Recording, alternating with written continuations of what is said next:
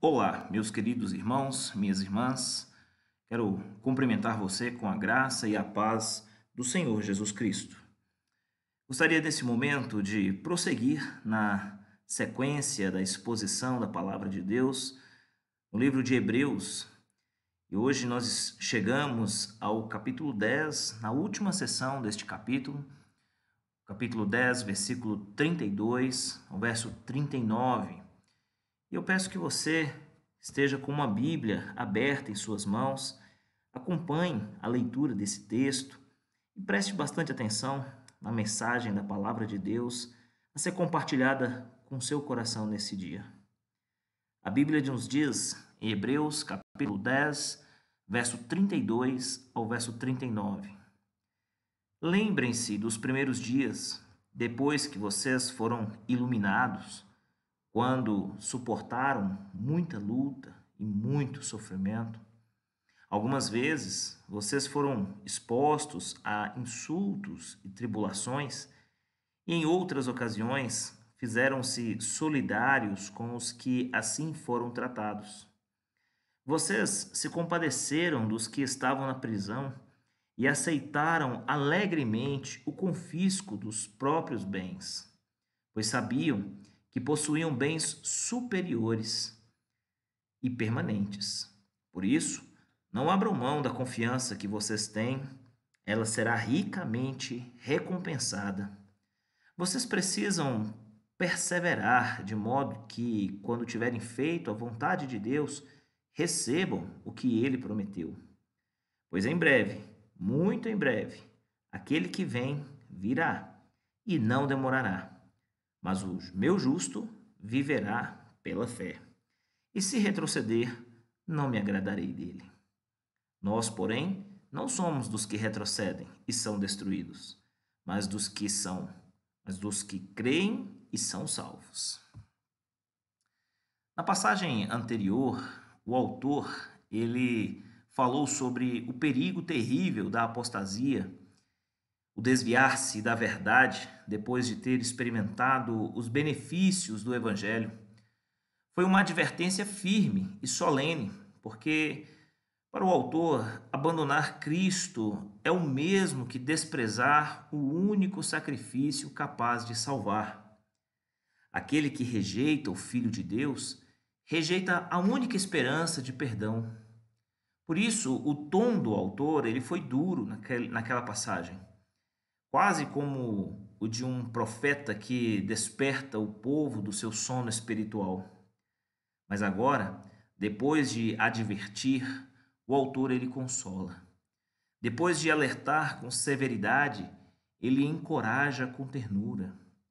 O coração pastoral do escritor de Hebreus se manifesta aqui. Ele não deseja apenas assustar a igreja, mas fortalecê-la. Ele não quer apenas repreender, mas restaurar. Ele sabe que entre os leitores há muitos cansados, muitos aflitos, tentados a desistir, e a esses mesmos ele fala com compaixão. O tom agora nessa passagem, ele muda completamente em relação ao texto anterior que nós meditamos na semana passada. O foco agora não é mais o perigo da queda, mas um chamado à perseverança. O autor ele volta seus olhos para os crentes que estavam sofrendo e diz a eles: lembrem-se do que já suportaram e não desistam. Há uma grande recompensa reservada para os fiéis. Estes irmãos, judeus convertidos ao cristianismo, que viveram no primeiro século e são os leitores primários desta carta, enfrentavam duras perseguições por parte do Império Romano. Havia muitos deles que perderam completamente os seus bens, perderam a sua liberdade, a sua dignidade. Muitos foram expostos publicamente à vergonha, zombados, marginalizados. Alguns estavam desanimando, pensando se realmente valia a pena continuar nesta jornada. Mas o autor os chama agora a olhar para além da dor, para um galardão eterno reservado a eles. Ele os lembra de que o mesmo Deus que os sustentou no passado continuará sustentando no presente até o dia em que toda lágrima for enxugada. Essa é a mensagem do texto que estamos agora observando e meditando. Perseverar com fé, olhando para a recompensa que Deus prometeu aos que o amam. Hebreus capítulo 10, verso 32 a 39, o texto que acabamos de ler, é um convite para nós nos lembrarmos do passado, resistir o presente e aguardar pelo futuro com esperança. É um chamado à fé que não desiste, porque confia no Deus que prometeu. E é justamente por isso que o autor ele começa sua exortação dizendo: lembrai-vos dos dias anteriores. Antes de olhar para frente, ele convida os crentes a olhar para trás, para a fidelidade de Deus já demonstrada em suas vidas. A memória viva das obras de Deus no passado é o combustível para a perseverança no presente. Eu gostaria de repetir essa frase para que você fixasse bem. A memória viva das obras de Deus no passado é o combustível para a perseverança no presente. E é exatamente aqui que o texto ele começa a nos ensinar o primeiro grande princípio da perseverança cristã. Lembrem-se do que já suportaram. No versículo 32, o autor vai dizer: lembre-se dos primeiros dias, depois que vocês foram iluminados, quando suportaram muita luta e muito sofrimento. O autor ele está aqui nos convidando a olhar para trás, a lembrar do início da nossa caminhada cristã, quando, mesmo em meio às muitas lutas e dificuldades, experimentamos a presença poderosa de Deus. E é curioso observar aqui que ele não está incentivando ou buscando ensinar técnicas ou estratégias para se suportar o sofrimento do presente. Mas tudo o que ele fala é a respeito de memória, lembranças. A lembrança do que Deus já fez no passado fortalece a fé para que nós confiemos ainda mais no Senhor diante daquilo que ele ainda fará. Muitas vezes, quando o desânimo ele se aproxima, o remédio não é olhar para as circunstâncias, mas recordar a fidelidade do Senhor no passado. Logo após eles terem sido iluminados pela luz do Evangelho, veio a forte oposição.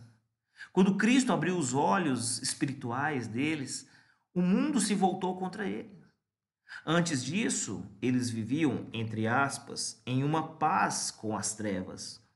Mas a luz do Evangelho, quando ela resplandece sobre nós, ela sempre provoca conflitos. Isto é algo inevitável. Na verdade, isto é algo inerente à nossa jornada. A partir do momento em que alguém é iluminado, o inferno inteiro se levanta contra esta pessoa. E foi exatamente o que aconteceu com aqueles crentes no primeiro século. Eles enfrentaram zombarias, humilhações e até mesmo o confisco dos seus bens. É exatamente isso que o verso 33 vai dizer. Algumas vezes vocês foram expostos a insultos e tribulações. Eles se tornaram um verdadeiro espetáculo público, como os mártires que foram lançados nas arenas do Coliseu em Roma, diante da multidão que aplaudia com vibração toda a dor e sofrimento que eles passavam. Muitos foram tratados como criminosos. Outros viram seus irmãos serem levados ao cárcere. Ainda assim, eles não negaram o nome de Cristo. Mas observe comigo o verso 34. Este verso, ele revela para nós o segredo da fé daqueles irmãos. Diz assim: vocês se compadeceram dos que estavam na prisão e aceitaram alegremente o confisco dos próprios bens, pois sabiam que possuíam bens superiores e permanentes. Sim, eles perderam tudo, mas aceitaram todas essas perdas com alegria em seus corações, porque eles sabiam que o que eles possuíam em Cristo era infinitamente melhor. Essa é a lógica do Evangelho. Quem tem Cristo nunca perde tudo. A fé verdadeira, ela muda a forma como nós enxergamos as perdas. O mundo só vê o que é tirado, mas o crente vê aquilo que lhe é prometido. Estes irmãos entenderam que as riquezas desse mundo são passageiras, mas a herança que Deus reserva para eles é eterna. Eles suportaram porque sabiam que sua alegria não dependia das circunstâncias, mas de uma esperança viva que eles tinham no céu. Essa lembrança não era apenas um exercício de memória, mas um convite à gratidão verdadeira. O autor queria que seus leitores percebessem: se Deus o sustentou no passado, ele continuará sustentando agora. A fidelidade de ontem é garantia da graça de hoje. E essa percepção de possuir um patrimônio superior e duradouro, ela é destacada pelo autor no verso seguinte como um fator central para a perseverança cristã. Depois de olhar para trás e lembrar do que já suportaram no passado, agora o autor convida os seus leitores a olhar para cima, para um tesouro eterno que os sustenta durante as lutas e os sofrimentos. Veja o verso 34, na parte B deste verso, o segredo da perseverança desses irmãos. O texto diz que aqueles crentes sabiam que possuíam bens superiores e permanentes.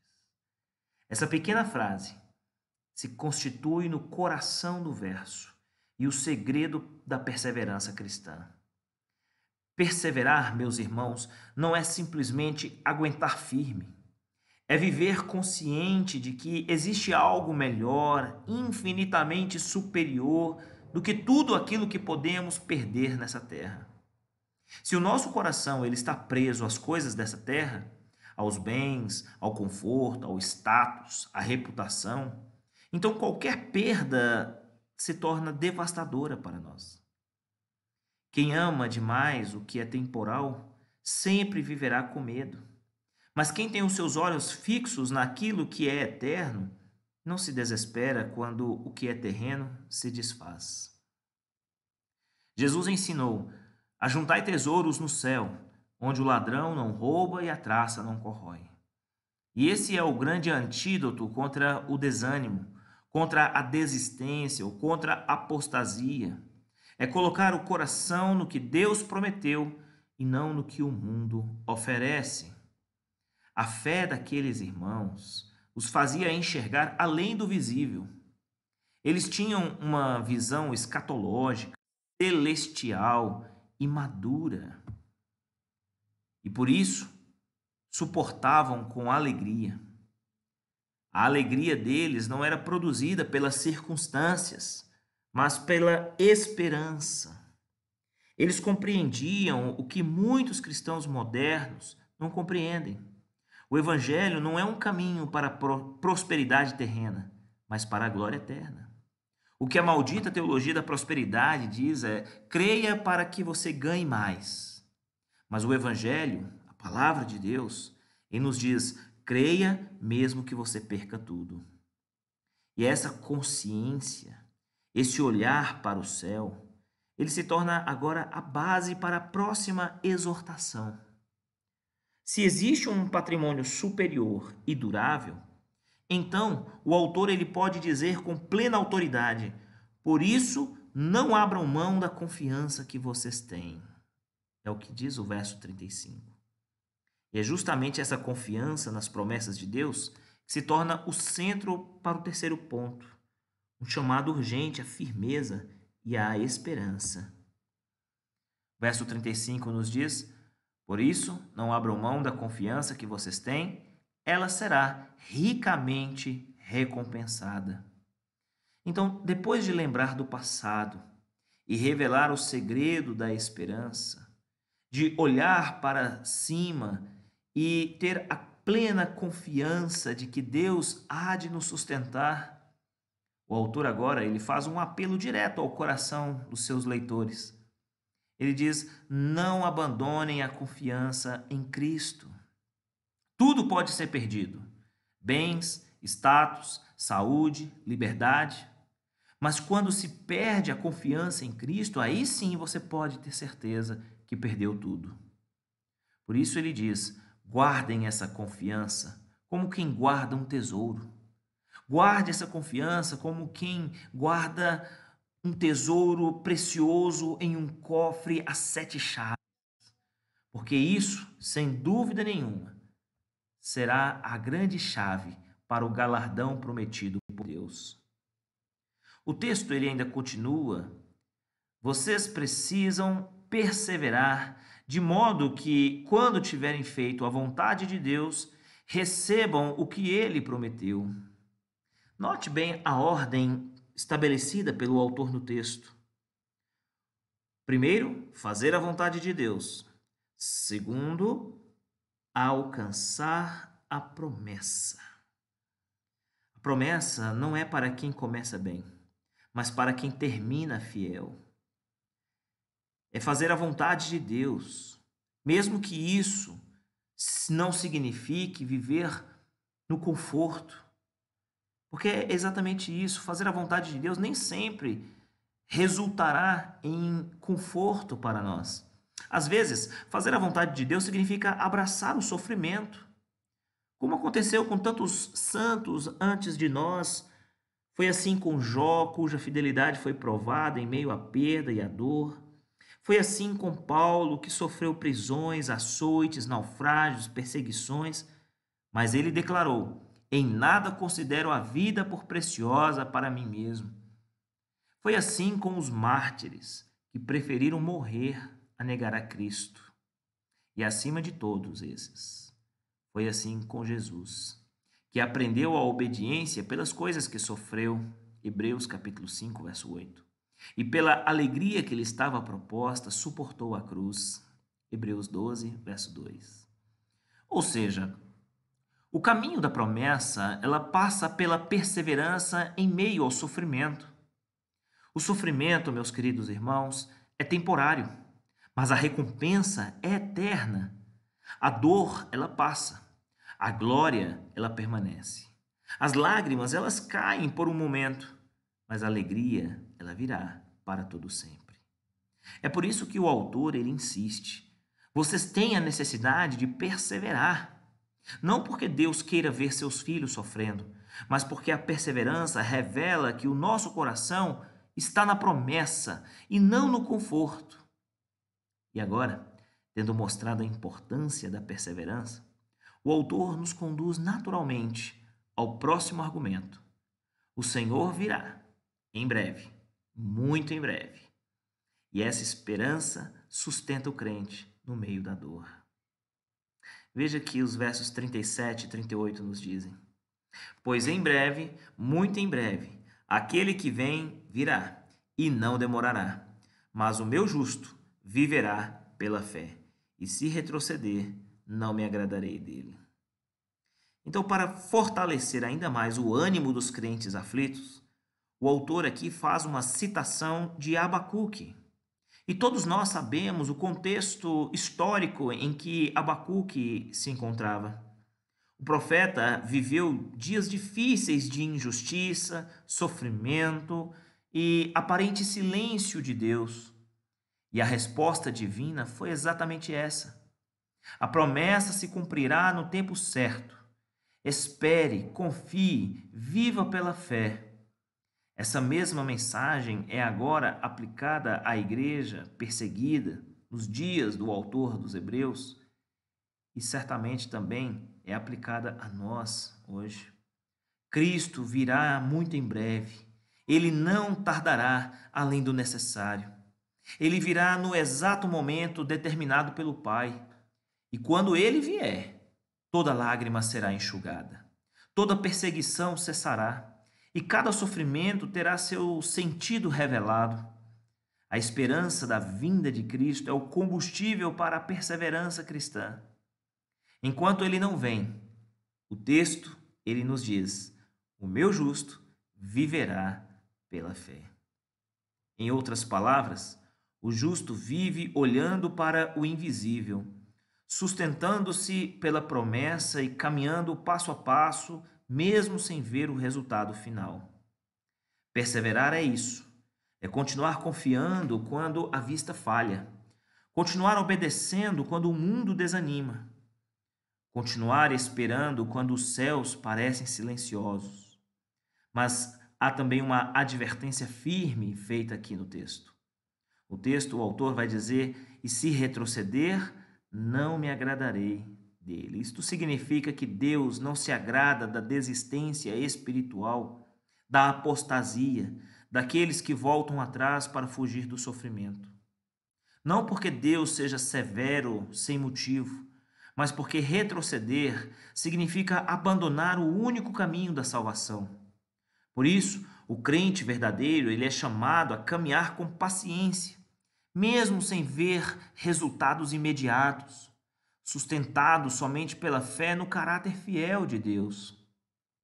E essa advertência, ela prepara naturalmente para o clímax do texto, a certeza de que os verdadeiros crentes, eles não retrocedem, mas eles seguem firmes até o fim.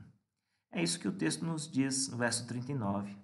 Nós, porém, não somos dos que retrocedem e são destruídos, mas dos que creem e são salvos. O autor aqui, ele encerra com uma nota triunfante e profundamente encorajadora. Depois de advertir, ele afirma a identidade do povo de Deus. Nós não somos dos que retrocedem. Não porque nós somos fortes em nós mesmos, mas porque Deus é quem nos preserva. Essa não é uma declaração de presunção por parte da igreja ou do povo de Deus, mas de uma total confiança na fidelidade divina em nos preservar. O verdadeiro cristão, ele pode fraquejar, sim. Ele pode cair em tristeza, ele pode experimentar períodos de escuridão espiritual ao longo da sua jornada, mas ele jamais abandonará a Cristo. Ele pode até caminhar lentamente. Há muitos tropeços, ele pode cair, se levantar, cair novamente, se levantar novamente. Mas o cristão verdadeiro, ele jamais volta atrás. A fé que o sustenta não é fruto de uma disciplina pessoal, mas da graça que o guarda. Queridos, a palavra retroceder, utilizada aqui pelo autor, significa abandonar o caminho da fé. É rejeitar a Cristo de maneira intencional. É voltar-se para um estilo de vida sem Deus. E este é o caminho que leva à perdição. É o caminho daqueles que são destruídos. Mas a Igreja de Cristo, ela é composta por aqueles que, apesar das lutas, têm fé para a preservação da alma. É esta fé, que é dom de Deus, que nos mantém firmes até o fim. Desta maneira, o autor termina afirmando não somente um dever, mas também uma esperança. Deus mesmo está garantindo que o seu povo persevere. E essa convicção, queridos, sustenta o nosso coração em meio às tribulações. Gostaria de trazer a você, ao seu coração, algumas aplicações pastorais. Nós vivemos em um tempo diferente daquele vivido pelos cristãos perseguidos no primeiro século, dos leitores primários, destinatários desta carta. Mas não me resta dúvidas de que o chamado feito aqui é o mesmo para nós hoje: perseverar. Hoje talvez não estejamos correndo risco de perder nossas casas, nem a liberdade, mas há muitos entre nós que estão perdendo a alegria, a gratidão, a confiança no Senhor. Por isso, essa passagem, ela nos chama para 3 atitudes. Primeiro, lembrar do passado. Deus, ele já nos sustentou antes. É Ele quem continuará nos sustentando no presente. Também uma segunda atitude é olhar para cima, para o patrimônio eterno. Nada do que temos aqui nesse mundo se compara àquilo que Deus preparou para nós. E uma última e terceira atitude é perseverar com fé e gratidão, mesmo em meio à dor, porque o justo, ele vive pela fé. Então não permita que os sofrimentos desta vida tirem de você a alegria da salvação. Se o seu coração estiver amargurado, busque ao Senhor agora mesmo. Derrame o seu coração diante do Senhor, confesse os seus pecados, reconcilie-se com Deus. Ore a Ele, louve e agradeça, lembrando que o sofrimento é passageiro, mas a glória é eterna. Que Deus nos abençoe e aplique em nossos corações a sua boa palavra.